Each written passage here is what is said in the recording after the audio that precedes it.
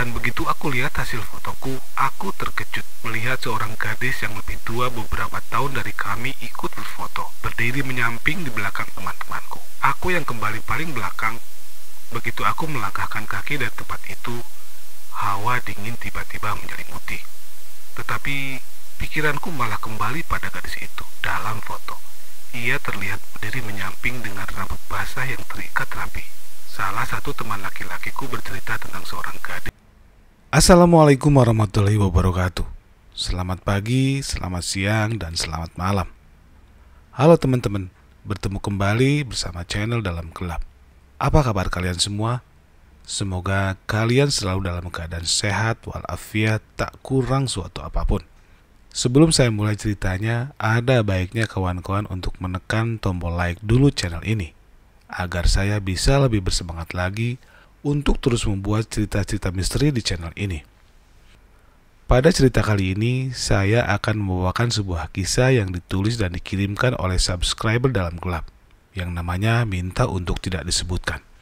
Dan pada kisah kali ini, akan diberi judul dengan Gadis Penunggu Jembatan Rel Kereta Api. Terima kasih sebelumnya, dan untuk teman-teman yang telah ikut mendukung channel ini, semoga segala kebaikan yang diberikan akan dibalas dengan yang lebih baik dari Allah Subhanahu wa Ta'ala. Baiklah teman-teman, posisikan diri Anda senyaman mungkin, kita mulai ceritanya dan selamat mendengarkan.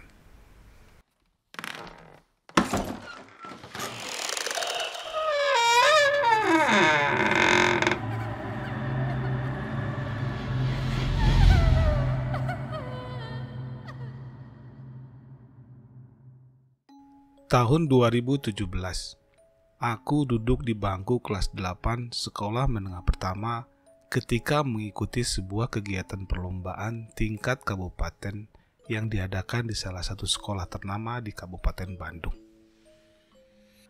Ketika kami berangkat, kami melihat sebuah jembatan rel kereta api yang sudah lama diberhentikan lalu terbengkalai begitu saja. Pemandangan yang sangat indah bagi orang biasa. Sungai berbatu dengan air yang mengalir jernih dengan sebuah gunung yang menjadi latarnya. Sawah-sawah membentang luas bagaikan sebuah permadani hijau sepanjang mata memandang. Namun berbeda bagi sebagian orang lainnya. Di balik pemandangan indah itu, terselip cerita mengenaskan tentang seorang gadis. Ketika kami lewat, aku melihat beberapa orang yang hendak pergi ke sawah mereka di atas jembatan itu. Namun bukan itu yang menarik perhatianku. Adalah seorang gadis yang duduk di pinggir pagar pembatas jembatan. Awalnya, kupikir itu adalah seorang manusia. Tetapi ceritanya berubah ketika kami pulang setelah menyelesaikan perlombaan kami. Sore hari yang indah. Teman-teman mengagumi pemandangan tempat itu. Mereka memohon pada guru untuk berhenti sebentar di jembatan itu. Aku akui, tempat itu sangat menakjubkan di pagi dan sore hari. Teman-teman asyik bercanda sambil swafoto di sana. Salah satu dari mereka memintaku untuk mengambilkan foto mereka. Dan begitu aku lihat hasil fotoku, aku terkejut melihat seorang gadis yang lebih tua beberapa tahun dari kami ikut berfoto, berdiri menyamping di belakang teman-temanku. Saking terkejutnya, aku bahkan sampai menjatuhkan ponsel milik temanku pada rel kereta api berkarat. Ani, pemilik ponsel, berteriak dengan suara cempreng melihatku menjatuhkan benda kesayangannya. Tetapi aku tidak fokus pada teriakannya, melainkan menatap lurus pada posisi mereka berdiri. Tidak ada siapapun di sana. Melihatku hanya diam saja, teman-temanku menghampiriku. Mereka mengambil ponselnya dan melihat hasil fotoku. Mereka tersenyum puas dengan foto itu. Guru memanggil kami, menyuruh kami untuk segera kembali ke mobil. Aku yang kembali paling belakang. Begitu aku melangkahkan kaki dari tempat itu, hawa dingin tiba-tiba menyelimuti. Tanpa pikir dua kali, aku segera menyusul teman-temanku ke mobil. Begitu mobil berjalan lagi, teman-teman masih sibuk membahas foto dan tempat itu. Salah satu teman laki-lakiku bercerita tentang seorang gadis yang mengakhiri hidupnya dengan lompat dari jembatan tersebut. Mataku membulat, kembali terkejut mendengar hal itu.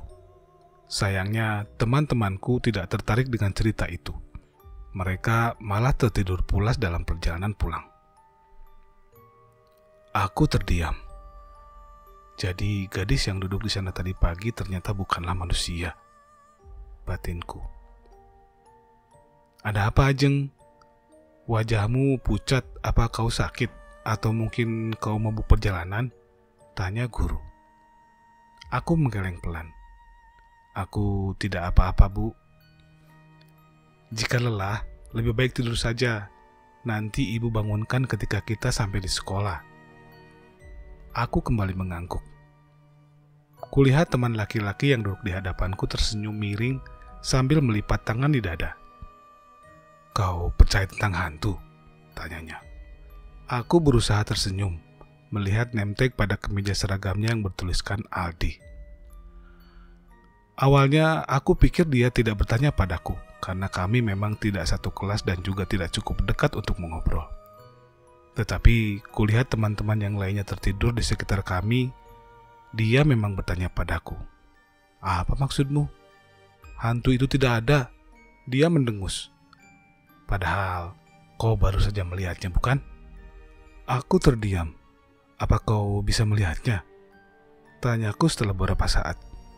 Ali tertawa. Tentu saja tidak. Aku memalingkan wajahku. Kukira dia serius. Tetapi ternyata itu hanyalah gurauan semata. Aku tak peduli lagi. Lebih memilih bersandar dan mencoba menutup mataku. Oh ya, gimana rasanya? Suasana tiba-tiba berubah? Atau udara tiba-tiba terasa dingin? Atau mungkin bulu kudukmu berdiri? Aku membalas gurauannya. Dia seperti kesal. Kau cukup menyebalkan juga. Aku tidak peduli, mencoba untuk benar-benar tertidur. Tetapi pikiranku malah kembali pada gadis itu. Dalam foto, ia terlihat berdiri menyamping dengan rambut basah yang terikat rapi. Ia hanya melirik sedikit ke arah kamera. Mata merah sembab seperti sudah menangis. Seperti apa rupa gadis itu? Batinku. Aku merasakan kecepatan mobil bertambah. Mungkin saat ini kita sedang berada di jalanan yang menanjak. Dan bodohnya aku, bukannya tidur, aku malah semakin penasaran dengannya. Seperti apa dia? Mengapa dia mengakhiri hidupnya? Bising kendaraan mulai mengganggu. Laju mobil semakin bertambah cepat. Seperti apa dia? Batinku terus saja memikirkannya. Dalam kecepatan tinggi, mobil tiba-tiba mengerem mendadak. Semua orang dalam mobil terjatuh dari posisi mereka. Kepalaku terbentur jendela.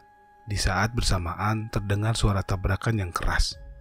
Aku meringis, memegangi kepala. Begitu aku membuka mata, aku melihat wajah gadis itu duduk di lantai mobil, tepat di hadapanku. Aku hendak berteriak, tetapi sebuah tangan berhasil membungkam mulutku. Jangan berteriak. Aku menatap wajah Ali sambil menahan tangis. Sudah kuduga, kau bisa melihatnya, bisiknya. Dia juga ikut terjatuh dari tempatnya. Ada apa, Bu Guru? Tanya salah satu temanku. Aku terdiam dalam pikirku. Apa mereka tidak mendengarnya? Jelas-jelas suara tabrakan kencang terdengar beberapa saat lalu. Mengapa mereka masih bertanya? Hanya kucing lewat, maaf anak-anak. Mendengar jawaban guru, aku malah terkejut. Ali sudah melepaskan tangannya dari mulutku. Yang lainnya kembali ke posisi mereka dan mencoba untuk tidur kembali. Aku menatap pada Aldi, berbicara tanpa suara padaku. Tenang saja, dia tidak akan bisa mengikuti kita. Itu yang dapat kubaca dari gerakan bibirnya. Kami tiba sesaat sebelum petang menjelang. Kami berpisah, berjalan pulang menuju rumah masing-masing dari sekolah. Berjalan sendirian dengan banyak tanya dalam pikiran. Siapa gadis itu? Kau penasaran pada hantu itu bukan? Suara Aldi berhasil mengejutkanku.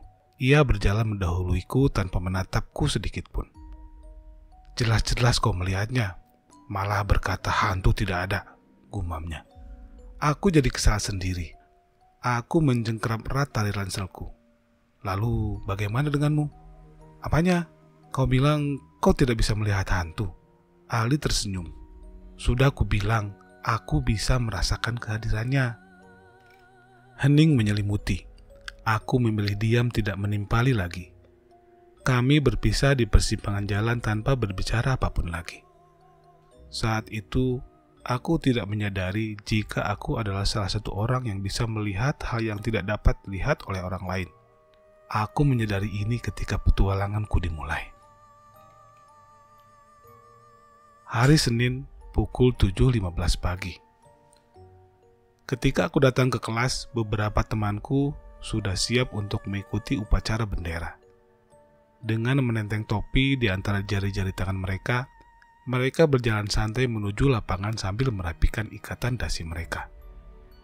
Hei, aku penasaran deh, gimana rasanya pingsan? Ayolah, orang kampung itu terkenal tahan banting. Murid kita jarang ada yang pingsan walaupun berdiri di bawah sinar matahari sampai 1 jam lebih.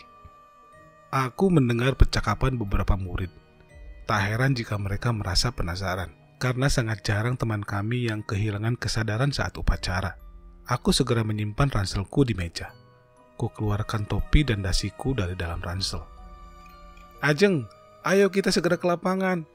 Ajak salah satu teman sekelasku sambil berlalu. Ya, silakan duluan. Jawabku sambil memakai dasi. Semua kelas sudah sepi. Hanya menyisakan suara dari daun yang tertiup angin serta suara guru dari pengeras suara yang mempersilahkan semua murid untuk segera berbaris dengan rapi. Aku berjalan sambil terus merapikan dasiku. Begitu aku berada di bawah bingkai pintu, tiba-tiba kedua daun pintu itu bergerak cepat ke arahku tanpa kusadari. Suara benturan keras terdengar menggema di sekeliling. Aku jatuh terduduk di hadapan pintu yang terkunci. Dan tepat di hadapanku, gadis itu berdiri. Ia selalu memperlihatkan sisi wajahnya. Keringat dingin mulai keluar dari tubuhku, tatkala ia perlahan menampakkan wajahnya padaku. Di saat bersamaan, terdengar suara pintu yang dibuka paksa. Menampakkan 2 teman yang mencariku, Ani dan Dito. Ajeng, woi, lu dicariin dari tadi sama guru. Taunya malah diem di kelas. Seru Ani dengan suara khasnya yang cempreng. Ngomong-ngomong, kamu ngapain duduk di lantai seperti itu? Kamu sakit? Tanya Dito. Tidak, aku tidak apa-apa. Aku tersenyum canggung sambil berdiri. Yakin, lu kelihatan seperti sudah ngelihat setan, celetuk Ani. Jika sakit, lebih baik istirahat aja. Aku tadi terpleset karena buru-buru mau ikut upacara. Tapi aku tidak apa-apa. Aku tersenyum pada mereka. Oh ya? Ada apa guru mencariku? Aku menggiring mereka untuk segera pergi dari kelas. Yang kemarin ikutan lomba disuruh berkumpul. Sepertinya hasil perlombaan akan segera diumumkan, jawab Dito. Benarkah? Oh, perasaanku tidak enak. Ini pertama kalinya aku mengikuti perlombaan tingkat kabupaten. Bagaimana jika kalah? Lagian lu masih udah biasa lomba bersama Ajeng dan lainnya, timpal Ani. Ya, yang penting kita udah berusaha.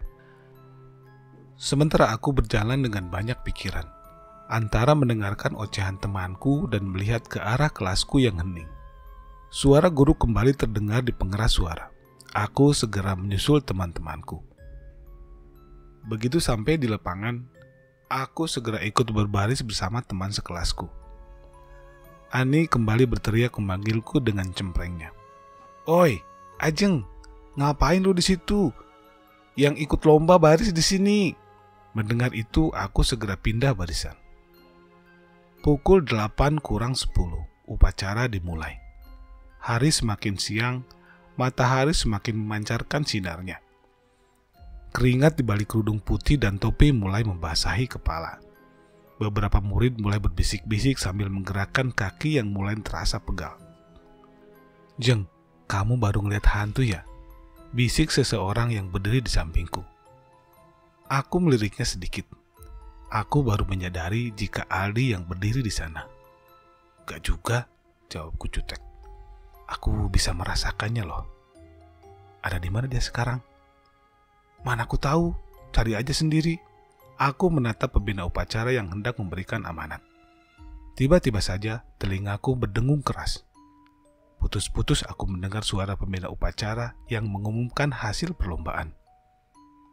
"Dia ada di sini kan, Ajeng?" Demi apa? Orang di sampingku ini sangat menyebalkan. Sementara kepalaku mulai terasa berat dan penglihatanku mulai kabur. Hitam. Semuanya hitam. Terdengar suara tepuk tangan yang meriah di sekitar. "Ajeng, kau menang. Selamat, Ajeng. Kita memenangkan perlombaan ini. Selamat. Perjuangan kita membuahkan hasil yang maksimal." Tunggu, suara siapa itu? Suaranya berbeda dengan yang lainnya, batinku. Aku mencoba untuk mencari siapa itu. Begitu aku melihat ke depan, kulihat gadis itu memakai seragam putih abu pendek dengan rambut tergerai panjang. Menerima piala yang diberikan oleh guru, gadis itu perlahan menampakkan wajahnya lalu tersenyum padaku. "Ajeng, ayo kita dipanggil ke depan." Aku mengenali suara Aldi, namun aku tidak dapat melihatnya. "Ajeng, apa yang kau lakukan? Guru menunggumu di podium." Aku juga mengenal suara yang lainnya. "Ikutlah denganku, kita bermain bersama-sama." "Ikutlah denganku, kita bermain bersama-sama." Suara yang tidak aku kenal terdengar lagi. Gadis itu memanggil diriku. Dia tertawa padaku dengan wajah pucat dan mata yang hitam seluruhnya. Terasa sekali cairan mengucur deras di hidungku. Semakin lama, semakin kencang tawanya menyeramkan. Aku segera berteriak, namun aku kembali merasakan mulutku kembali dibungkam. "Jangan dengarkan dia." Aku kembali mendengar suara Aldi. Pandanganku kabur, semua yang ada di sekitarku menjadi gelap dan dingin. Apa yang telah terjadi? Aku membuka mata, terkejut ketika mencium bau aromaterapi dari botol balsem otot. Aku bangkit dari tidur. Aku bersandar dengan keadaan kerudung dan kancing seragam yang sudah terbuka. Aku segera menutupnya. Kulihat aku berada di unit kesehatan sekolah. "Akhirnya lu bangun juga. Lu membuatku khawatir dengan pingsan di tengah upacara." Suara cempreng segera memenuhi ruangan itu. Ani dan Dito datang setelah upacara selesai. "Harusnya kamu bilang sakit tadi," tambah Dito. "Sejak awal kamu sudah kelihatan tidak baik." "Lalu apa yang terjadi?" tanyaku. "Kan sudah kukatakan, lu pingsan di lapangan, Ajeng." "Maksudku sesaat setelah aku pingsan." "Ya orang pingsan pasti jatuhlah ke tanah. Masa lu ngelayang ke udara kayak layangan?" Ani diam sebentar. Aku hanya menepuk dahiku. Benar-benar susah juga bicara dengan orang seperti Ani. Padahal dia mengerti apa maksud perkataanku. "Ngomong-ngomong, selamat ya Jeng. Lu juara harapan 1 di perlombaan kemarin," lanjut Ani. Namun aku tidak merasa peduli. Aku memang bahagia dan bersyukur atas pencapaianku di perlombaan tingkat kabupaten itu. Tetapi ada hal lain yang lebih menarik daripada hasil lomba. Gadis itu yang benar-benar memenuhi pikiranku. "Kita sudah berusaha, Jeng. Gak usah sedih kayak gitu. Masih ada kesempatan lain untuk menjadi juara 1. Dito tersenyum sambil memegangi bahuku. "Aduh, alah, ini udah mau selesai jam pelajaran pertama," seru Ani sambil melihat jam tangannya. "Aduh, alah, ayo kita ke kelas, Dito." "Ajeng, kami pergi dulu ya, dah." Ani menarik tangan Dito seraya bergegas pergi ke kelas. Aku terdiam menatap jam dinding. Hening menyelimuti. Guru yang biasa jaga di UKS sedang pergi ke kelas untuk mengajar IPA. Aku menghela napas berat. Lebih baik pergi ke kelas daripada harus diam sendirian di sini. Aku hendak mengambil sepatuku di bawah branker. Begitu kulihat kolong branker, Gadis itu kembali menampakkan dirinya. Ia duduk menyamping. Gaun putih selutut tanpa lengan terlihat basah dan sobek.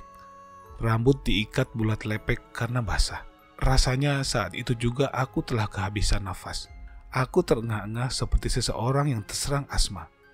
Tubuhku bergetar. Aku terpaku diam tanpa bisa bergerak. Suara tangisan segera memenuhi telingaku. Gadis itu mendekatiku. Wajah pucat dengan mata hitam lebam kini menatap ke arahku. Aku segera bangkit, berlari selagi aku bisa. Tidak peduli jika aku berlari tanpa sepatu pun. Anehnya, seberapa cepat aku berlari, serasa jika aku hanya berjalan di tempat saja. Pikiranku sangat kacau. Hampir saja kepalaku terbentur tiang koridor jika tidak berhati-hati. Kulihat dia mengejarku tanpa menggerakkan kakinya sedikit pun. Berlarian di koridor dengan keringat dingin yang mengucur deras. Jangan tanya seperti apa penampilanku saat itu. Sudah pasti sangat berantakan dengan kerudung yang sudah tidak nyaman dipakai. Ketika aku tinggal beberapa langkah lagi dari kelasku, pintu kelas 83 terbuka. Seseorang keluar tepat di hadapanku. Aku tidak bisa berhenti karena kaos kaki yang kupakai terasa licin di lantai dan tabrakan pun tak bisa dihindari. Kami terjatuh hingga pintu menabrak dinding kelas. Suara tabrakan itu bahkan terdengar sampai ke kelasku. Beberapa murid dan guru keluar dari kelas 82 dan kelas 83. Menatap kami yang tergeletak di lantai. Aku meringis merasakan sakit di tubuhku. Aku lebih terkejut lagi melihat darah di bahu seragam orang yang kutabrak. Lu kenapa sih, Jeng? Hari ini lu udah 2 kali buat kehebohan tahu. Tadi pingsan. Sekarang lo jatuh di koridor. Ada apa sih dengan lu? Tanya Ani yang membuatku berdiri. Bahumu berdarah. Tunjukku pada orang yang kutabrak. Ini bukan darahku, tapi darahmu, jawabnya santai. Tadi dia yang menggendong lu ke UKS, Jeng. Jelas Ani. Hei Aldi, lu gak apa-apa kan? Tanyanya pada Aldi. Aldi menggeleng. Aku bergumam dalam hati. Kenapa mesti harus menabrak anak ini sih? Aku segera meminta maaf pada Aldi. Guru yang berada di kelas Aldi segera membubarkan kerumunan. Beliau menyuruh kami untuk segera masuk kelas setelah memastikan kami baik-baik saja. Ketika aku kembali ke kelas, aku sama sekali tidak bisa fokus pada pelajaran. Saking tidak fokusnya, bahkan sampai bel istirahat berbunyi pun aku masih terdiam mencoret-coret buku. Tak lama, Aldi datang di saat kelas sudah sepi. Ia membuatku terkejut dengan mengetuk mejaku. Aku meliriknya. Penasaran kan? Tanyanya. Enggak juga, jawabku singkat. Kamu benar tidak apa-apa. Terima kasih karena sudah menolongku. Aku merasa bersalah dengan noda darah di seragamnya. Kau benar-benar ingin berterima kasih kepadaku, godanya. Aku tidak menggubrisnya. Aldi mengalihkan pandangannya pada buku di atas meja. Ia pun mengambilnya sambil tertawa. Mau sampai kapan kau berbohong, Jeng? Jelas-jelas kau penasaran dengan hantu itu, bukan? Aldi memperlihatkan buku itu padaku. Aku melotot melihatnya. Sejak kapan aku menggambar sesuatu yang menyeramkan seperti itu? Gambaran gadis itu terdapat pada bukuku. Tadi aku hanya mencoret-coret kertas saja. Lagi pula aku tidak mempunyai bakat menggambar. Ali menarik kursi, duduk di hadapanku. Kau mau pergi menyelidiki ini? Apa sih Aldi? Aku memalingkan wajah. Jika tidak, ia akan terus mengikutimu. Kau bilang dia tidak bisa mengikuti kita. Aku menatapnya heran. Memang iya. Seseorang yang mati seperti itu tidak bisa kemana-mana. Lalu, kenapa kau bilang dia akan terus mengikutiku? Ya, salah siapa kau memikirkannya terus? Dengan seperti itu, dia akan merasa terpanggil untuk menemuimu. Aku terdiam sesaat. Mungkin itu hanya sugestiku saja. Itu semua tidak benar. Aldi kelihatan kesal. Itu sugesti bagi orang biasa saja, Ajeng. Bagi orang seperti kita, itu adalah hal nyata. Aku kembali terdiam, menatap datar pada Aldi. Kamu gak percaya? Mari kita buktikan, Jeng. Aku melotot padanya. Apa yang akan kamu lakukan? Tanyaku ketika melihatnya menutup pintu kelas dengan hanya kami berdua di dalamnya. Ali bersandar pada pintu. Ia menahannya agar tidak ada yang bisa masuk ke kelas. Pikirkan dia, Jeng. Jika dia muncul di hadapanmu, itu berarti semua ucapanku benar. Tapi jika sebaliknya, aku akan berhenti mengganggumu. Ucapnya meyakinkanku. Oke, mari kita coba. Mendengar itu, Ali tersenyum senang. Aku menutup mata, memikirkannya, mengingatnya lagi dari awal aku melihatnya. Suara teriakan siswi lain sempat menggangguku. Fokus, Jeng, fokus. Aku kembali mencobanya. 5 menit pertama tidak ada yang terjadi. Tetapi 5 menit setelahnya, telingaku mulai mendengung. Udara langsung terasa dingin. Suara tangisan mulai terdengar jelas. Aku membuka mata, terkejut melihatnya hadir di hadapanku. Aku berjalan mundur, tidak percaya dengan apa yang sedang terjadi. Bagaimana? Dia ada di sini, Kanjeng? Aku tidak bisa menjawab pertanyaan Aldi. Bagiku, ini pertama kalinya melihat hal tak kasat mata sejelas ini. Tangisannya terdengar pilu. Jika sebelumnya ia menampakkan diri dengan posisi menyamping, kali ini aku benar-benar berhadapan dengannya. Aku sudah terpojokkan. Kulihat banyak darah yang keluar dari pinggul dan bagian belakang kepala yang menutupi sanggul. Gadis itu mendekatiku. Jeng, kita harus bicara padanya, biar dia memasuki tubuhmu. Aldi malah berteriak antusias melihatku ketakutan di pojok kelas. Kau gila, aku tidak mau melakukannya. Lebih tepatnya, aku tidak tahu apa yang harus aku lakukan untuk menyudahi situasi ini. Jeng, kita tidak akan tahu situasinya jika kita tidak berbicara kepadanya. Aku takut, Aldi. Aku membentak Aldi. Gadis ini semakin dekat denganku. Bau amis darah segera mengganggu indera perciumanku. Dia mulai memegangi tanganku. Aku jatuh terduduk pada lantai. Semakin ketakutan. Aku segera berteriak kencang. Terdengar Aldi mengumpat. Sial, kau ingin menarik perhatian yang lainnya. Aldi mendekatiku yang mulai menangis. Kita harus pergi sebelum ada yang melihat. Jika tidak, mereka bisa salah paham melihat kita. Aldi menarik tanganku. Kulihat gadis itu menghilang dari kelas. Kita harus segera pergi sebelum ada yang melihat. Jika tidak, mereka bisa salah paham melihat kita. Aldi menarik tanganku. Kulihat gadis itu menghilang dari kelas. Terdengar suara banyak orang yang berjalan mendekati kelas dari luar. Gawat, kita harus bersembunyi. Aldi mendorong tubuhku untuk masuk ke kolong meja dekat jendela. Suara desas-desus dari luar sudah mulai terdengar jelas. Seseorang memegangi pintu kelas. Seseorang memegangi pintu kelas hendak membukanya. Di saat bersamaan, teriakan kembali terdengar dari ruang kelas lain, membuat orang-orang yang menuju kelasku segera pergi ke kelas lain. Masih terpaku di bawah meja, berusaha menenangkan pikiran dan perasaan yang sempat kacau. Aldi menyikut diriku. Sekarang, di mana hantu itu? Aku meliriknya sedikit. Entahlah, dia tidak ada di sini. Aldi terdiam beberapa saat. Apa? Jangan bilang jika dia merasuki orang lain. Mengerutkan kening, aku tidak mengerti apa maksudnya. Menit berikutnya terdengar suara benda yang dilemparkan atau sesuatu terjatuh dengan keras. Kita harus menghentikannya. Aldi kembali menarik tanganku dengan paksa. Bahkan sampai kepalaku terbentur meja, ia tetap menarik tanganku. Aku meringis, dia tidak peduli. Begitu keluar kelas, kekacauan besar telah terjadi. Beberapa hari kemudian, aku berjalan di koridor kelas, hendak pergi ke toilet di saat orang lain pergi ke kantin ketika jam istirahat. Kulihat Aldi sedang asik bermain bola bersama kakak kelas di lapangan. Aku tersenyum miring. Kita tidak dekat, tidak pula saling mengenal selama setahun ini. Kita hanya sebatas mengenal nama satu sama lain, tidak lebih. Dan pertama kalinya kita mengobrol itu sepulang lomba beberapa waktu lalu. Sebenarnya aku cukup bosan mendengar desas-desus tentang kejadian hari Senin lalu di antara para siswa. Tetapi akhirnya mereka tidak membicarakannya lagi.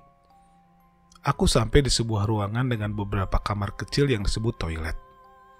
Begitu aku masuk, Bau menyengat khas toilet langsung menyambut. Aku melihat semua pintu toilet tertutup rapat. Oke, aku akan menunggu mereka selesai. Aku berdiri di depan pintu toilet. Kurasa di dalam sedang ada orang karena aku mendengar suara air. Sekitar 10 menit tertahan, aku akhirnya menyerah. Aku menggedor-gedor semua pintu toilet, namun semuanya masih terkunci. Indera penciumanku semakin terganggu dengan bau yang semakin menyengat. Suara air tiba-tiba menghilang. Perasaanku mulai tidak enak. Hawa dingin langsung menyelimuti seluruh tubuh. Terdengar suara cekikikan kecil diselingi dengan suara tangis. Aku mengumpat dalam hati, segera berlari menuju pintu keluar.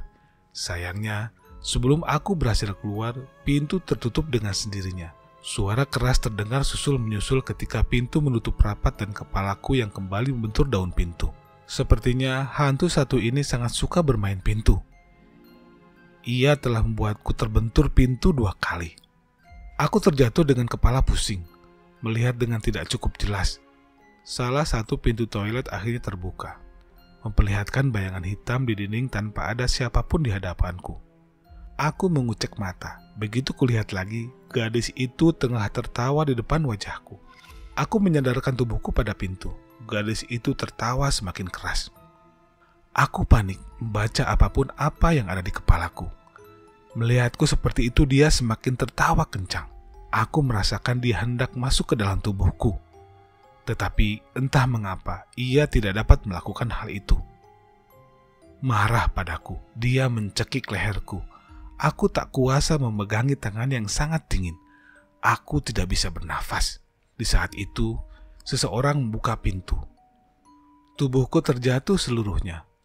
Sebelum aku kehilangan kesadaran, aku melihat penjaga sekolah menggelengkan kepalanya melihat keadaanku. "Ajeng, kau dapat melihatku?" Aku membuka mata perlahan. Kubuka mataku perlahan, melihat penjaga sekolah sekaligus tetangga rumahku duduk di dekatku. Aku bangkit. Aku masih di depan toilet. "Ajeng, kau tidak..." "Bicaranya nanti saja, Paman. Tolong bukakan toilet guru." Napasku menderu dengan keringat dingin yang mengucur deras. "Kau ini benar-benar," gumamnya sambil mengeluarkan kunci. Begitu toilet guru terbuka, aku segera berlari ke dalam. "Awas, kau belum sepenuhnya kembali." Aku tidak menggubris ucapannya. Yang aku pikirkan sekarang, aku harus segera pergi ke toilet. Sengaja aku berlama-lama di toilet, menunggu paman penjaga pergi dulu. Namun ternyata, sampai bel masuk berbunyi, ia masih menyapu daun-daun kering di halaman toilet. Oke, aku menyerah. Aku berusaha pergi tanpa sepengetahuan paman. "Kau tahu, paman mencari-cari orang yang membuat kekacauan pada hari Senin. Dan sekarang paman tahu siapa orang itu," ucapnya sambil memandangi punggungku. Aku langsung terdiam di tempat. "Memangnya siapa itu, paman?" tanyaku sok polos sambil berbalik menatapnya. "Jangan pura-pura tidak tahu, Ajeng." Paman sedikit membentakku, membuat nyaliku ciut. Aku hanya bisa tertunduk diam. "Dengar, Ajeng, ini sekolah, bukan lab kimia. Kau tidak bisa melakukan percobaan di sini, apalagi dengan melibatkan hal-hal mistis seperti itu." "Maafkan aku, paman. Untungnya tidak ada korban. Siswa yang kerasukan juga tidak apa-apa." Paman penjaga menghela nafas. "Sejak kapan kau bisa melihat mereka?" "Kelas 5 SD. Ayah ibumu tahu kau seperti ini?" Aku menggeleng pelan, tidak berani menatap paman sedikit pun. "Baiklah, Ajeng, paman tidak akan mencampuri urusanmu. Tapi ingatlah, jika kau berniat membantu mereka, bantulah sampai akhir. Kau juga harus siap dengan segala sesuatunya. Namun, jika sebaliknya, maka abaikan saja mereka sejak awal." Paman penjaga memegangi bahuku, kemudian ia pergi meninggalkanku. Aku berjalan menuju kelas. Pelajaran sudah dimulai sejak 10 menit yang lalu. Tak kusangka tetanggaku itu ternyata mengerti akan hal-hal mistis seperti ini. Begitu kulewati ruangan guru, wali kelas menghentikanku. Dia mengajakku mengobrol di ruang guru. "Lomba lagi?" Aku terkejut ketika wali kelas memberitahuku jika akan ada perlombaan cerdas cermat antar SMP. Wali kelas mengangguk sebagai jawaban. Bapak bisa memilih Dito atau Aldi, jawabku acuh. Tentu saja, mereka juga ikut. Apa? Tanyaku tidak mengerti.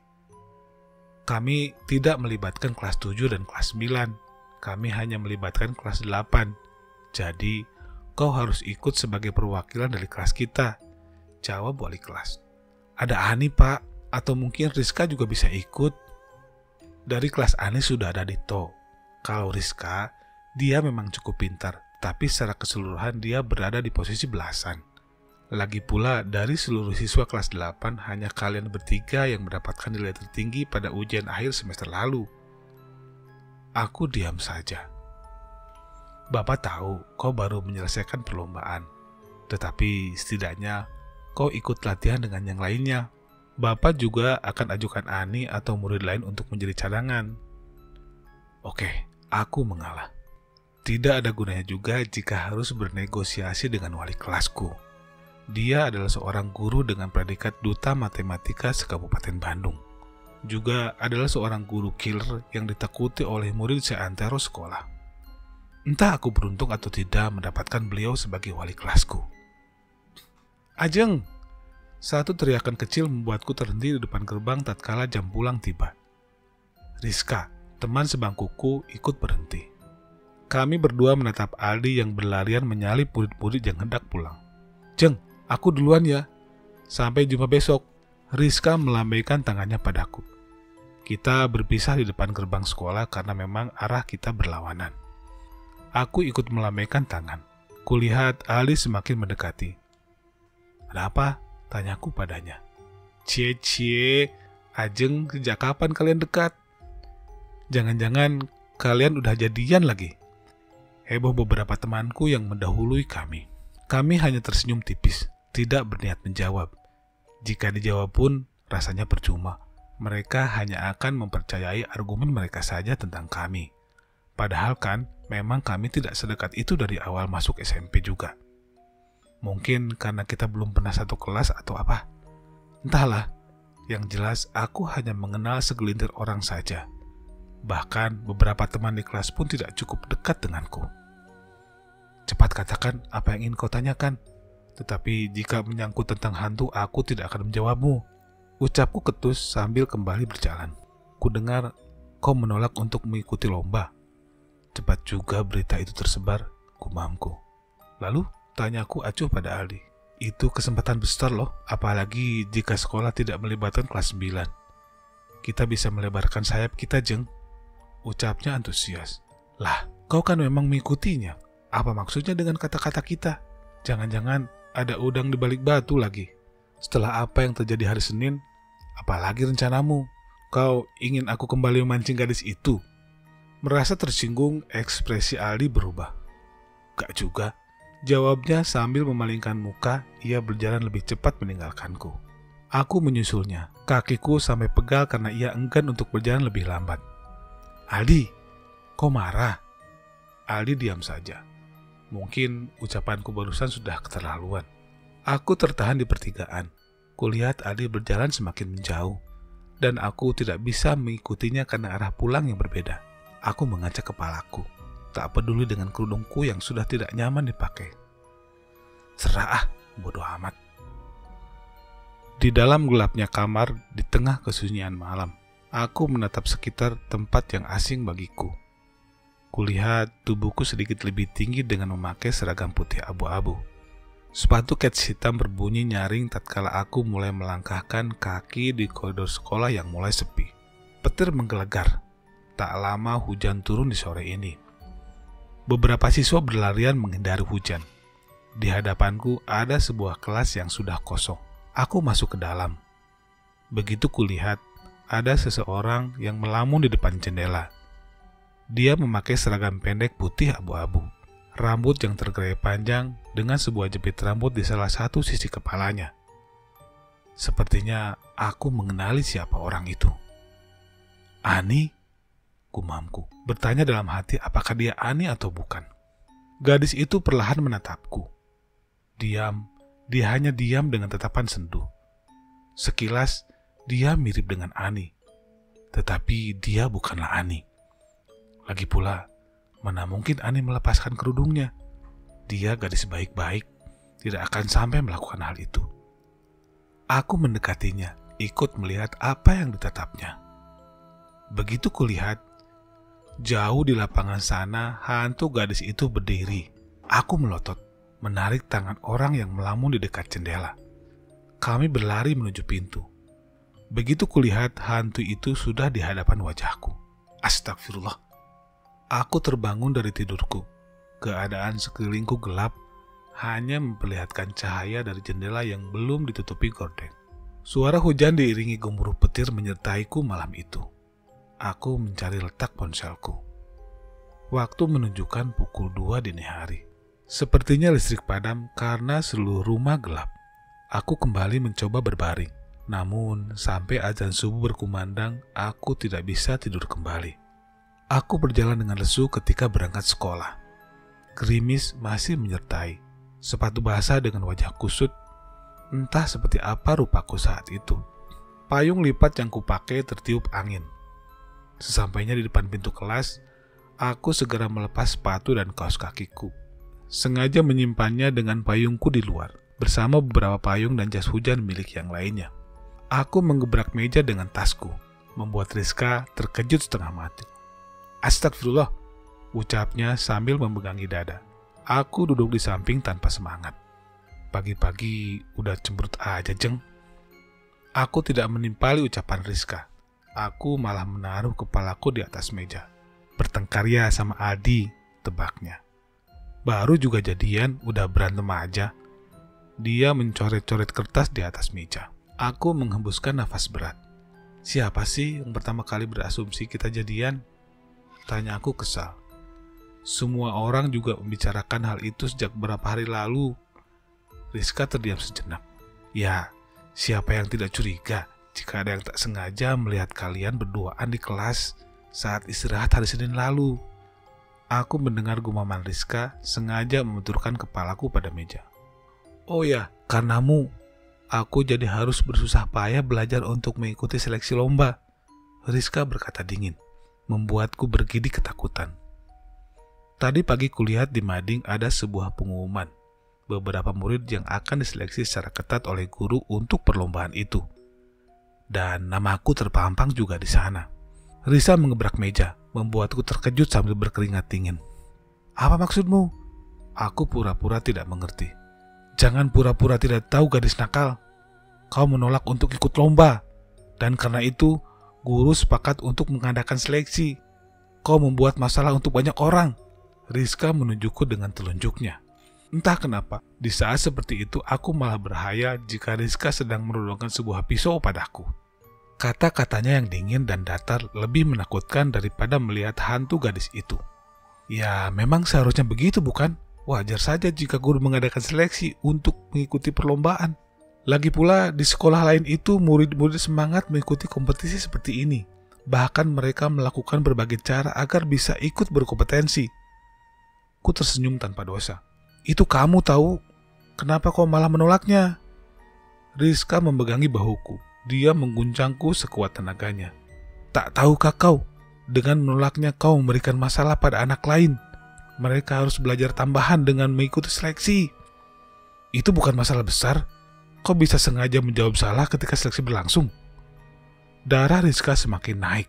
Kau dasar gadis nakal. Dia memukuli lenganku. Ajeng, suara cempreng menggema di seluruh ruangan kelas. Kulihat Ani dengan memakai jaket datang menghampiri kelasku. Aku keluar kelas. Ada apa nih? Sungguh aku tidak tahu apa yang terjadi di antara lu dan Aldi. Tapi lu harus tahu, Ali membuat kekacauan dengan mengundurkan diri dari seleksi. Tempo bicara Ani cukup cepat. Apa? Tanyaku tidak mengerti. Lu harus bisa memujuknya untuk ikut lagi seleksi, Jeng. Tunggu, bukan itu maksudku. Aku tidak peduli tentang Aldi. Maksudku, apa hubungannya denganku? Kenapa kau memberitahukan hal ini padaku? Lu kan pacarnya. Ralat, aku bukan pacarnya. Aku memotong ucapan Ani dengan cepat. Semua orang sudah tahu kali. Lu mau menyangkal kayak gimana lagi? Oke, lupakan dulu hal itu. Sekarang aku memberitahumu. Aldi mengundurkan diri setelah bicara dengan lu waktu pulang sekolah kemarin. Apaan sih itu anak? Dekat juga tidak, teman juga bukan, ketusku. Mereka semua mengira Aldi mengundurkan diri karena diriku.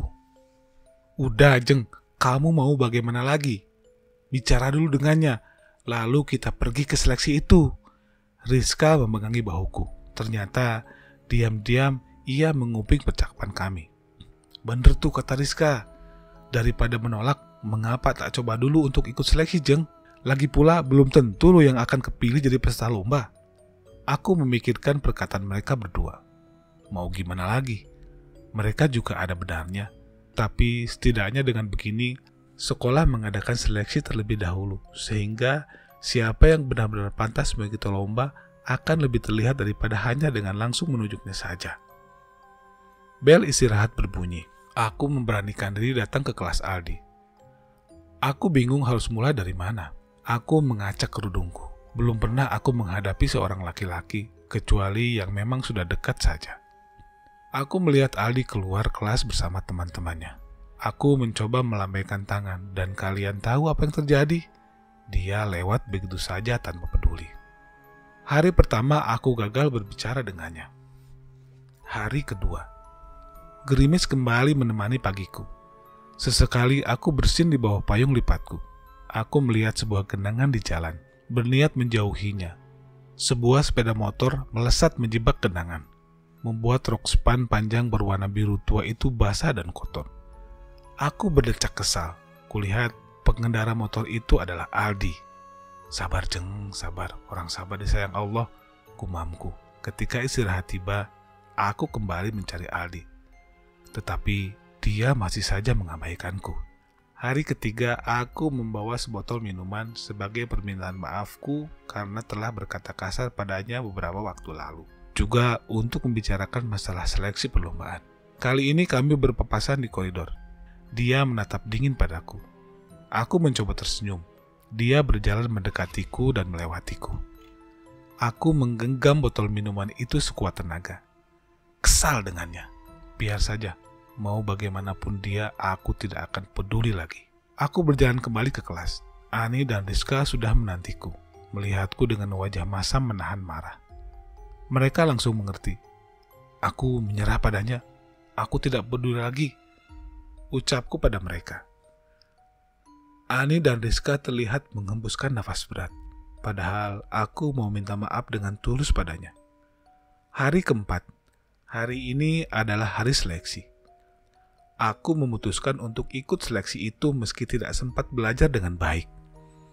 Beberapa hari ini aku terus bermimpi tentang gadis itu, dan dia selalu hadir di sudut kamarku. Terkadang dia menatapku tidur di jendela kamar. Saat sedang sholat, dia ada di kolong ranjang. Kadang-kadang dia ikut tertidur di sampingku, membuatku tidak bisa tidur dengan nyenyak. Aku kembali bersin-bersin sampai-sampai aku harus memakai masker ke sekolah. Udah tahu sakit, kenapa masih sekolah sih? Tanya Rizka, dia terlihat sangat khawatir. Kalau bukan karena seleksi itu, aku juga tidak akan sekolah. Jawabku sambil menenggelamkan wajahku. Aku tinggal kantin tidak apa-apa. Aku mengangguk pelan padanya. Tunggulah sebentar, aku akan bawakan obat sepulang dari kantin. Tidak perlu, itu akan menyita waktu makan siangmu. Aku akan pergi ke UKS dan membawa obatnya sendiri. Aku menggeleng pelan, membuat Rizka semakin khawatir. Pokoknya tunggu aku akan segera kembali kemari. Rizka berlarian kecil menyusul teman-teman yang sudah lebih dulu pergi. Aku kembali bersin. Suasana sangat sepi, membuat bulu kuduku kembali berdiri. Terdengar suara pintu yang menutup rapat. Aku berdecak kesal. Aku sedang tidak ingin meladenimu. Pergilah. Tak cukupkah kau menggangguku di malam hari? Ucapku ketus. Mendengar ucapan itu, dia malah tertawa senang. Duduk di bangku Rizka sambil memandangi wajahku yang pucat. Aku diam saja. Sebenarnya aku sangat ketakutan. Tapi, apa daya? Aku hanya bisa diam sambil membaca segala doa-doa dan sholawat dalam hati. Dia tertawa semakin nyaring, menempatkan kedua tangan dinginnya pada tengkuk leherku. Mengangkat wajahku dari meja. Aku mulai kesulitan bernapas. Batuk dan bersin datang bergantian. Aku meringis, menahan tangis seperti anak kecil. Tidak kuat lagi menahan sesak. Pandanganku mulai kabur. Sesaat sebelum semuanya menghitam, kulihat seseorang yang membuka pintu kelas. Saat itu juga aku terjatuh pada lantai. Aku terbangun karena suara cempreng Ani. Entah apa yang sedang ia ributkan dengan Rizka di luar sana. Aku melotot ketika sadar aku tidak lagi di kelas. Aku segera turun dari branker, menghampiri mereka yang ternyata sedang berdebat tentang jawaban yang tepat dari sebuah soal. Aku merebut kertas dan pensil mereka. Aku kerjakan soal itu dengan cepat, lalu mengembalikan lagi pada mereka. Begitu cara mengerjakannya. Ajeng, lu udah sadar? Kenapa lu akhir-akhirnya sering pingsan sih? Suara cempreng Ani segera memenuhi telingaku. Baru juga 2 kali. Namanya orang sakit, ya wajarlah jika dia pingsan, timpal Rizka. Aku tersenyum tipis. Sebenarnya aku sudah lebih dari 2 kali pingsan di sekolah. Aku jadi teringat sesuatu. Siapa yang membawa aku kemari? Rizka dan Ani terdiam saat mereka saling pandang. Dito tadi cerita, dia mencari Aldi di kelas dan menemukannya sedang membersihkan kolong mejanya dari kertas-kertas bekas yang menumpuk. Tak sengaja ia menemukan sebuah botol minuman dengan secari kertas bertuliskan maaf. Tanpa peduli pada Dito, Aldi segera berjalan menuju kelas 81 dan melihatku terjatuh dari bangku. Itu cerita Ani. Lalu ketika aku pulang dari kantin, di jalan aku berpapasan dengan kalian. Aldi menggendongmu di punggungnya. Kupikir itu orang lain sebab Aldi menutupi seluruh tubuhnya dengan jaketnya. Aku mengenalimu dari jam tangan yang kau gunakan. Lanjut Rizka. Lalu kami segera menyusul kemari, ucap mereka bersamaan. Aku memegangi keningku. Lu pusing gak? Sini atuh duduk. Ani menarik tanganku. Ngomong-ngomong, lu kan yang menyimpan botol minuman itu di kolong mejanya. Gimana kalian, udah baikan? Apaan sih? Orang lagi sakit juga malah ditanya-tanya masalah pribadinya. Timpal Rizka. Ya penasaran aja. Ya itu urusan mereka kali. Kan mereka yang pacarnya juga. Lagian kau pikir jika mereka masih bertengkar, Aldi mau bawa dia ke UKS gitu? Rizka menunjuk padaku. Ya mungkin saja Aldi terpaksa membawanya kemari. Rizka menepuk keningnya. Susah juga bicara sama salah satu murid kelas 82 ya. Aku mulai tidak suka pada topik yang mereka bicarakan. Terus apa yang kalian lakukan di sini? Tanyaku geram pada mereka. Ya kami ingin melihatmu tahu. Lagi-lagi mereka berucap bersamaan. Kali ini mereka membentak. Oke. Kalian udah lihat kan? Aku tidak apa-apa. Sekarang ayo kita pergi ke ruang seleksi, ucapku sambil meninggalkan mereka berdua. Kami sampai di sebuah kelas yang akan dipakai untuk seleksi. Kami langsung duduk di bangku yang berdekatan. Dito bersama beberapa murid kelas 7 dan 9 sudah terlihat di sana. Aku tidak percaya pada 2 orang di dekatku itu. Mereka memilih membolos 2 pelajaran terakhir dan malah berdebat di depan UKS sambil menungguku sadar. Biarkan aku bercerita sedikit. Rizka dan Ani adalah temanku satu kelasku waktu kelas 7. Kami bukanlah teman dekat, kami hanya saling mengenal satu sama lainnya. Aku dekat dengan Rizka ketika awal tahun pelajaran baru. Sehabis liburan kenaikan kelas, absen kami kembali diacak. Aku melihat Rizka yang sama-sama berada di kelas 81, sedangkan Ani, aku dekat dengannya ketika perkemahan Sabtu Minggu yang diadakan oleh beberapa organisasi sebelum libur akhir tahun pelajaran. Saat itu aku kebagian satu kelompok dengannya. Berlanjut dekat karena beberapa perlombaan yang kami ikuti bersama. Guru datang beberapa saat kemudian. Beliau langsung membagikan kertas soal setelah memastikan tak ada buku atau tas sekolah di dekat kami. Kertas itu berisi beberapa soal yang menggabungkan beberapa mata pelajaran dari kelas 7 sampai 9. Ketika kami mulai fokus mengisi, tiba-tiba seseorang datang mengetuk pintu. Begitu pintu terbuka, Aldi berdiri di sana. Aku kembali memakai seragam putih abu-abu. Dalam hati aku berteriak, lalu saja memimpikan hal ini tanpa ada penjelasan lebih jauh lagi. Kulihat sebuah gerbang masuk sekolah di hadapanku. SMA 03X Bandung, terakreditasi A. Aku mencoba untuk kembali karena ku tahu ini hanyalah mimpi. Kupukuli lengan dan kepalaku. Tetap saja aku tidak bisa bangun dan menjudahi mimpi ini. Aku mencubit pinggang dan lenganku. Tetap saja aku tidak bangun juga. Aku menepuk kepalaku. Baiklah, aku menyerah. Tapi aku bingung harus apa di sini. Tiba-tiba terdengar suara besi yang bertubrukan. Dapat kulihat kunci gerbang itu terbuka. Aku mendekat, mencoba membuka salah satu pintu gerbang besi itu. Masuk menyusup ke dalam sekolah. Aku berjalan santai di koridor.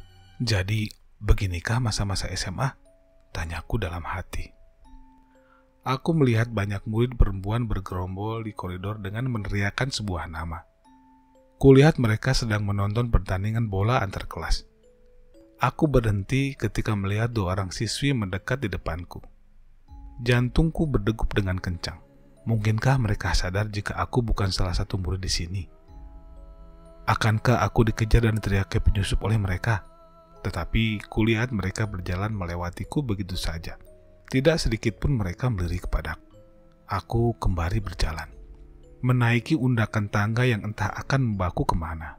Aku seperti makhluk halus yang tidak dapat dilihat. Namun, dapat ditembus begitu saja ketika aku bertabrakan dengan seseorang. Aku sempat berpikir, jadi seperti inikah rasanya menjadi hantu penasaran yang gentayangan kesana kemari? Seru juga, namun senyumanku segera hilang. Astagfirullah, ini hanyalah mimpi, bukan kenyataan. Tak ada yang lebih menarik dari memiliki kesempatan hidup dan beribadah karena Allah Subhanahu wa Ta'ala. Aku berkali-kali beristighfar, berharap aku segera bangun dari mimpi yang aneh ini. Aku berhenti di sebuah kelas. Kulihat seorang gadis yang sedang murung di mejanya. Ia sama sekali tidak tertarik bergabung bersama yang lainnya untuk melihat pertandingan antar kelas. Aku mendekatinya. Ia melamun, menatap kosong lurus ke depan. Aku memutar bola mata. Aku kembali bertemu dengan gadis ini.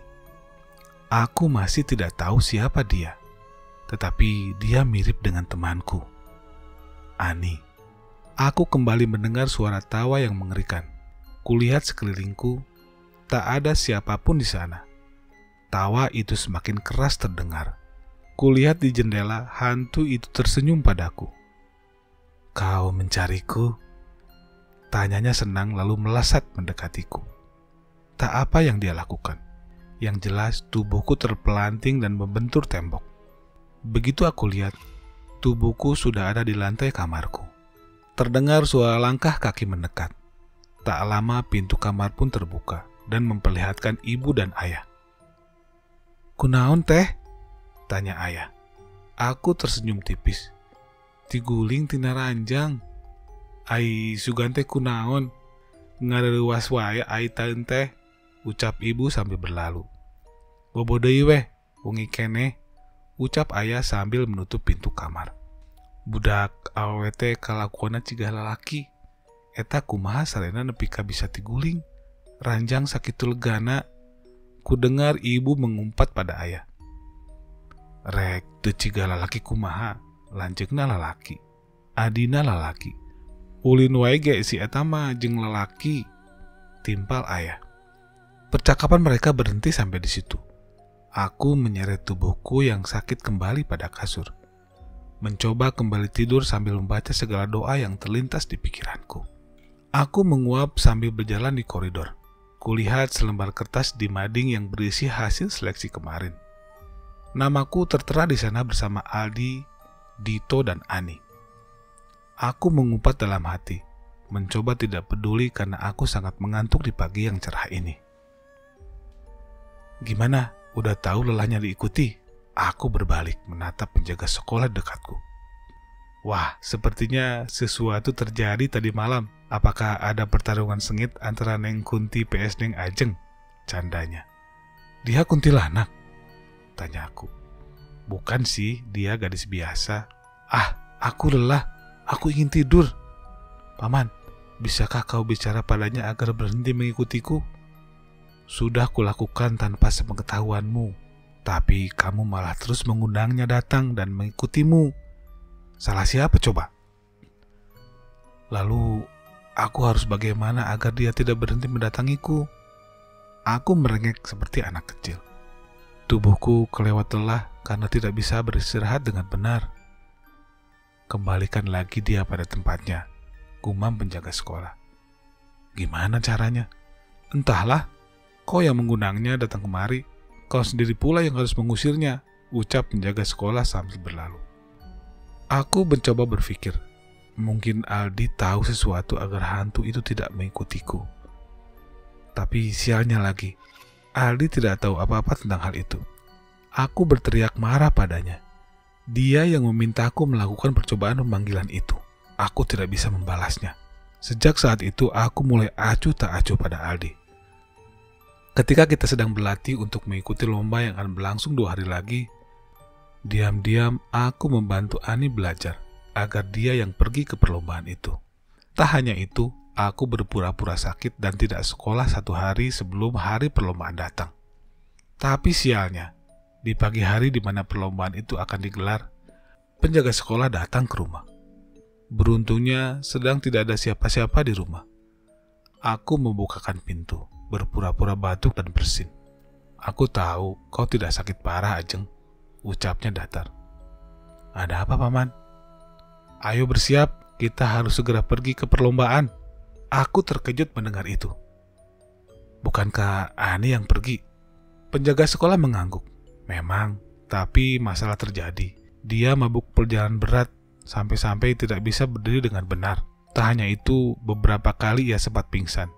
Jika kau tidak segera datang, kita akan langsung didiskualifikasi. Kau ingin wali kelasmu yang killer itu marah besar padamu? Aku memutar bola mata, segera berlarian ke kamar untuk bersiap. Sekitar 45 menit kita menempuh perjalanan. Kali ini penjaga sekolah terpaksa mengebut seperti seorang pembalap kesetanan. Ugal-ugalan menyalip puluhan truk yang hilir mudik di jalan dengan motor yang sudah tidak ada tenaganya. Begitu sampai, aku terpaku melihat gerbang sekolah itu. Aku mengenali sekolah ini. Tiba-tiba guru pembimbing berlarian menghampiri kami. Ani, dia menghilang, ucapnya panik. Kenapa bisa? Tanya penjaga sambil memarkirkan motornya. Tadi dia pergi ke toilet, tetapi tidak kembali lagi. Setelah saya periksa, dia tidak ada di toilet. Ayo kita cari. Penjaga langsung berlari. Ajeng, kau pergilah ke bangunan itu. Nanti di pojok kau naik tangga sebelah kanan dan pergi ke lantai 2. Di sana Dito dan Aldi menunggumu. Ingat, sebelah kanan untuk SMP dan sebelah kiri untuk SMA, ucap guru sambil meninggalkanku. Aku membuang nafas pelan. Baru tahu alasan kenapa lomba diadakan di sini. Ternyata lomba ini tidak hanya antar SMP saja. Aku mulai melangkah menyusuri koridor yang ramai. Halo, aku di tangga, ucapku ketika panggilan diterima Dito. Kenapa kau malah meneleponku? Harusnya kau menelepon Aldi. Dito tertawa menggodaku. Aku tidak punya urusan apapun padanya, ketusku. Baiklah, kau tinggal lurus saja. Nanti ada sebuah kelas yang ramai, kau masuklah. Kita sedang melakukan persiapan. Aku mematikan panggilan ketika melihat Dito yang melambaikan tangan jauh ke depanku. Namun, seketika langkahku terhenti, mendengar cekikikan dan bau amis di sekitarku. Aku mematung, memejamkan mata, mengingat semua mimpiku. Dia ada di sini. Aku segera berbalik berlari menuju tangga, lalu kembali menaiki tangga untuk perlombaan SMA. Aku berlarian di koridor, mencari-cari kelas yang aku mimpikan. Beberapa saat berlari, akhirnya aku menemukan kelas itu. Namun, gadis itu tidak ada di sini. Aku kembali keluar dan berpapasan dengan orang yang kucari. Dia benar-benar mirip dengan Ani. Namun, mereka orang yang berbeda. Sepertinya kau tersesat. Perlombaan untuk tingkat SMP diadakan di gedung sebelah. Dia tersenyum manis. Aku tidak tersesat. Aku memang mencari Anda. Gadis itu mengerutkan kening. Kamu mencariku? Ada apa? Karena aku merasa tidak mengenalmu. Aku berpikir keras. Bagaimana cara menjelaskannya? Dia tidak mungkin akan langsung percaya pada kata-kataku. Ponselku bergetar, menampilkan nama Dito pada layar. Aku tidak punya banyak waktu untuk basa-basi. Maaf, mungkin ini akan sedikit mengganggumu, tetapi ada yang harus aku sampaikan. Aku tidak percaya pada kata-kata anak kecil sepertimu, teriak gadis itu setelah mendengarkan ucapanku. Awalnya, kupikir dia memang penunggu jembatan kereta. Tapi ternyata dia diam di sana karena tidak bisa kemana-mana. Bohong, aku tidak percaya adanya hantu atau sejenisnya. Dia bukan hantu, dia saudarimu. Aku membentak gadis itu. Terbawa emosi, dia maju lalu mengguncang bahuku. Bagai menepuk seekor nyamuk, gadis itu berhasil melemparkan tubuhku pada lantai. Saat itu baru kusadari hantu itu telah merasukinya. Sebuah tong sampah melayang ke arahku. Aku tidak sempat menghindar. Detik berikutnya, aku merasakan sakit di seluruh tubuhku. Ponselku kembali berdering. Aku benar-benar tidak punya waktu lagi. Jika aku tinggalkan, gadis ini dalam bahaya. Tetapi aku juga tidak tahu cara mengeluarkan hantu itu dari tubuhnya. Aku segera bangkit. Perlombaan telah dimulai beberapa menit yang lalu. Semoga saja timku belum dipanggil oleh panitia. Ajeng, aku menatap ke sumber suara. Paman penjaga sekolah datang. Tinggalkan dia, segera pergi ke ruangan perlombaan. Bagaimana dengan Ani? Kami masih terus mencarinya dan serahkan gadis ini padaku. Aku mengangguk, segera berlari menghampiri paman. Ketika aku sejajar dengan gadis itu, dia mendorong tubuhku lagi. Kepalaku terbentur tiang. Tubuhku limbung pada pagar balkon. Jika saja paman tidak segera mendekat, aku sudah terjun dari ketinggian lantai 3. Pergilah Ajeng, paman penjaga menepuk pipiku. Dengan kepala pusing, aku berusaha payah berdiri. Segera berlari menuju ruang tunggu perlombaan. Sebelum itu aku sempat pergi ke toilet, membasuh muka untuk sedikit menghilangkan rasa pusing di kepalaku. Kulihat sebelah pipiku tergores panjang dengan darah yang mengucur karena kubasuh. Tak hanya itu, batang hidung dan sudut bibirku ikut mengeluarkan darah. Bagaimana ini? Aku tidak mungkin datang ke perlombaan dengan keadaan begini. Beruntung, aku bertemu dengan seorang yang baik. Dia bertanya kenapa wajahku seperti ini. Setelah kujawab dengan sekenanya, dia memberikan sebuah plester padaku. Aku segera memakainya di pipiku. Lantas kembali berlari menaiki tangga. Begitu aku sampai, kami baru saja dipanggil. Maaf, saya terlambat. Saya tidak sengaja terjatuh di tangga. Kami keluar ruangan setelah menyelesaikan 2 babak perlombaan.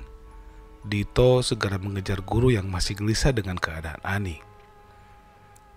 Tadi aku sempat mendengar percakapan guru dengan paman penjaga yang mengatakan ia telah membawa Ani pulang.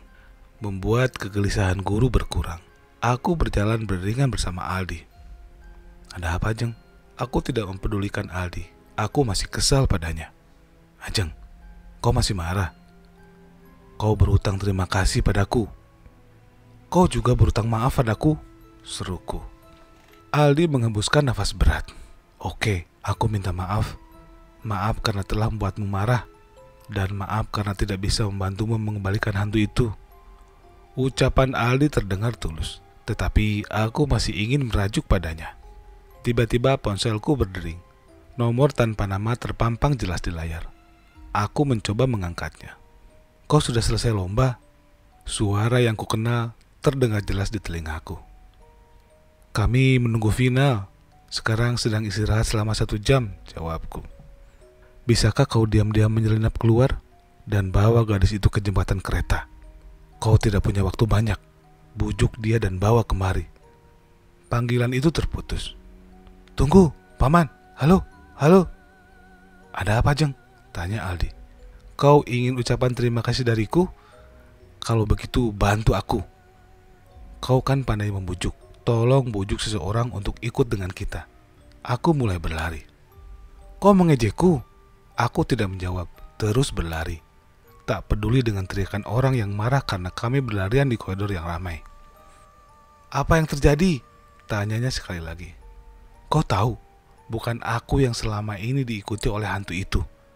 Ternyata hantu itu mengikuti Ani. Dia mirip dengan adiknya. Namun Ani tidak bisa melihatnya. Itu sebabnya dia terus-menerus hadir di sekitarku. Dan hari ini aku berhasil menemukan adiknya. Sayangnya ia tidak percaya padaku setelah aku menjelaskan semuanya. Jelasku pada Aldi. Kami menuruni tangga, berputar lalu menaiki tangga yang satu lagi. Lalu, apa yang coba kau lakukan? Paman penjaga sekolah. Dia memiliki kelebihan yang sama. Mungkin saja ia lebih dari kita. Ia mengatakan, jika kita harus bisa membawa gadis itu pada kakaknya. Jawabku. Begitu sampai, kami melihat gadis itu sudah menaiki balkon koridor. Aku membulatkan mata, terkejut melihat hal ekstrim di hadapanku. Ali, cegah dia melompat dari gedung, pekiku. Ali segera berlari.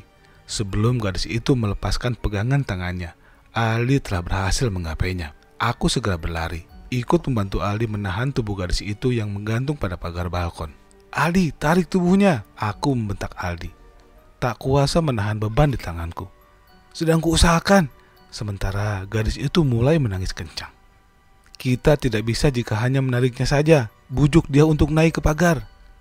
Aku kembali membentak Aldi. Meski dengan perasaan tak enak padanya, tetapi itu karena aku sangat panik. Teh istighfar teh. Jangan seperti ini. Ayo naik sebelum banyak orang yang mengetahui. Aldi mulai membujuknya. Tidak, biar saja. Biar tubuhku melayang dan jatuh ke bawah. Jangan seperti itu. Mati karena hal konyol tidak akan membawamu ke surga. Aku mencoba membujuknya. Biar saja. Aku sudah merasakan belenggu dunia. Biar saja. Rasa belenggu neraka. Teriaknya. Teh, istighfar teh. Kami akan membantumu menyelesaikan masalahmu. Sekarang naiklah dulu sebelum banyak orang yang melihat. Bujuk Aldi.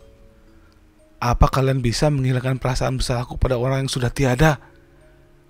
Kami tidak berjanji, tapi kami akan mencoba. Biar bagaimanapun juga ada seorang yang menunggumu teh. Siapa?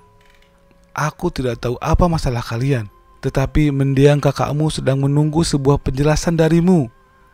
Aku mulai kelelahan memegangi tangan gadis itu. Satu yang diinginkan oleh kakakku adalah kematianku. Kalau begitu, setidaknya jelaskan dulu padanya. Baru setelah itu kami tidak akan mencampuri urusanmu. Bagaimana caranya untuk menjelaskan semua padanya? Mudah saja. Gadis ini adalah seorang anak indigo amatiran. Meski begitu, dia bisa menjadi jembatan antara kau dan mendiang kakakmu. Aku tersinggung dengan ucapan Aldi. Tapi jangan dulu pedulikan itu.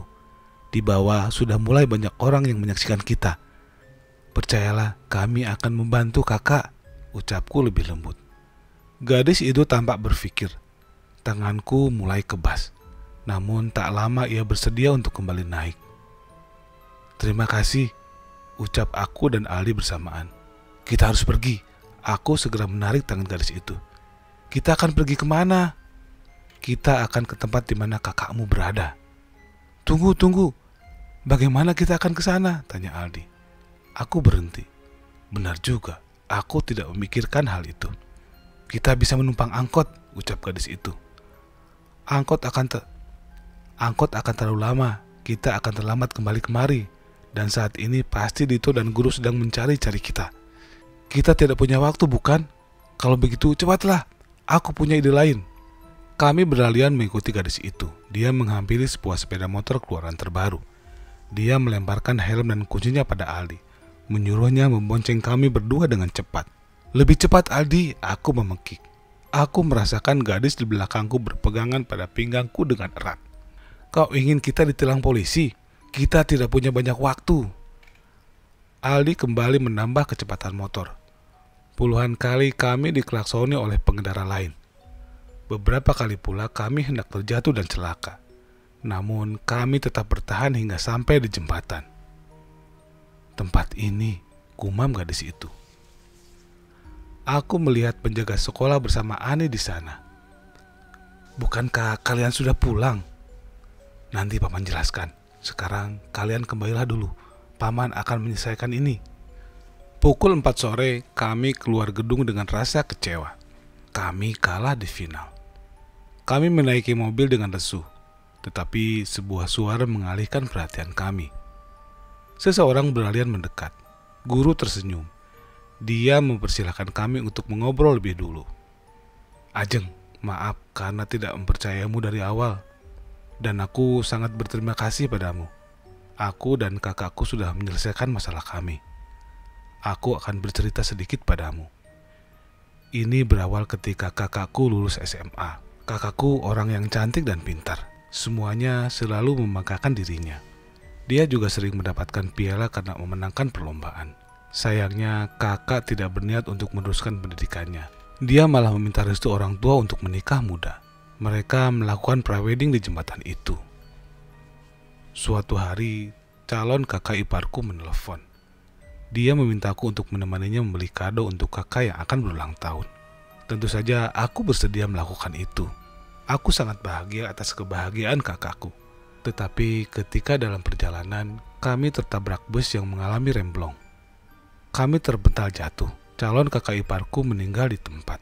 Dari situlah kakak membenciku. Dia sangat bersedih akan kematian calon suaminya. Dia terus-menerus menyalahkanku karena berpikir jika aku tidak hendak merebut kakak ipar darinya, ia berpikir aku sengaja menusuknya dari belakang. Saat itu aku tidak bisa menjelaskan semuanya karena terbaring di rumah sakit. Tetapi seminggu setelah kecelakaan terjadi, aku mendapat kabar. Aku mendapatkan kabar jika kakak ditemukan dalam keadaan mengenaskan. Ternyata karena depresi. Kakak memilih mengakhiri hidup dengan melompat dari jembatan itu. Punggungnya terbentur bebatuan sungai hingga patah tulang belakang. Tak hanya itu, kepalanya yang ikut terbentur pun mengalami luka yang parah. Beruntung kepalanya tidak hancur. Ironisnya, dia melompat dengan menggunakan gaun yang dipakai saat prewedding. Tidak ada yang tahu akan kejadian ini. Itu karena ayah dan ibumu menyumpal mulut mereka agar kakak tidak menjadi bahan obrolan masyarakat.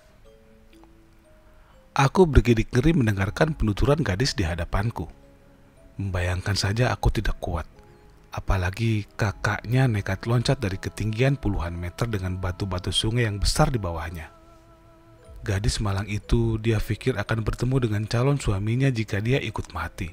Namun kenyataannya, dia tidak bisa kemana-mana. Jangankan untuk bertemu dengan orang yang ia cintai. Yang ada hanyalah dia harus menahan rasa sakit di tubuhnya sampai kapanpun juga. Terima kasih Ajeng. Berkatmu, aku bisa menjelaskan semuanya pada kakakku. Kini, tidak ada lagi rasa bersalah di hatiku.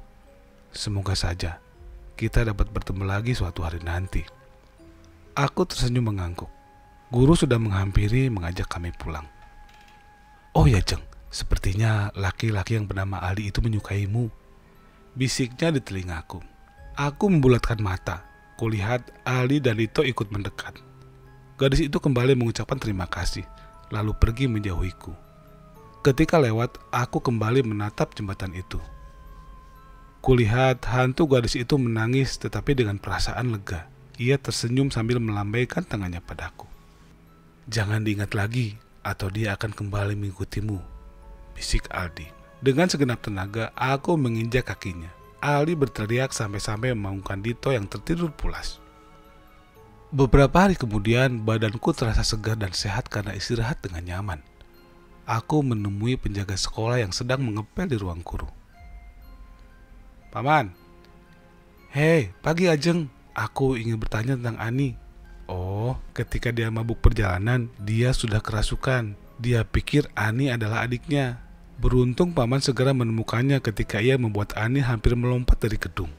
Paman keluarkan dia dari tubuh Ani. Di saat itu, ia mencari dan melihatmu sedang berbincang dengan adik kandungnya. Ia kembali merasukinya. Paman melihatmu sedang diserang saat itu. Setelah kau pergi, Paman menjelaskan semuanya pada adiknya. Namun, siapa sangka, semua itu akan membebani dirinya sampai akan melakukan hal yang sama di sekolah. Hantu itu kembali pada tubuh Ani dan membawa ke jembatan kereta. Begitu adiknya datang menjelaskan semuanya, terlihat dia sangat menyesal atas apa yang dia lakukan. Tetapi nasi sudah menjadi bubur. Tidak ada yang dapat ia perbuat selain bertahan di sana. Guru-guru mulai berdatangan. Aku pamit pada paman penjaga. Berterima kasih karena sudah mau menceritakan semuanya padaku. Sungguh kisah yang tragis. Begitu aku sampai di kelas, aku melihat hantu lain sudah menungguku. Aku berteriak kencang karena terkejut. Seseorang datang menutup mataku dari belakang. Semuanya menjadi gelap. Sejak saat itu, aku tidak pernah lagi melihat mereka. Paman penjaga sekolah telah menutup mata batinku. Selama 1 tahun, aku kembali menjalani hari-hari biasa seperti anak-anak lain. Tetapi, semuanya akan kembali ketika aku memasuki sekolah menengah atas.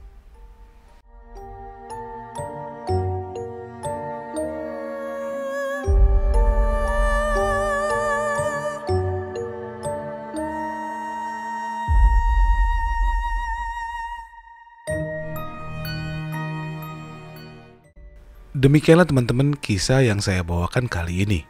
Semoga teman-teman selalu dapat mengambil hikmah yang baik dari alur cerita tadi. Dan untuk teman-teman yang baru mampir di channel ini, kembali saya mohon dukungan teman-teman untuk menekan tombol like, comment, share, dan subscribe agar saya dapat lebih bersemangat terus untuk membuat kisah-kisah misteri di sini.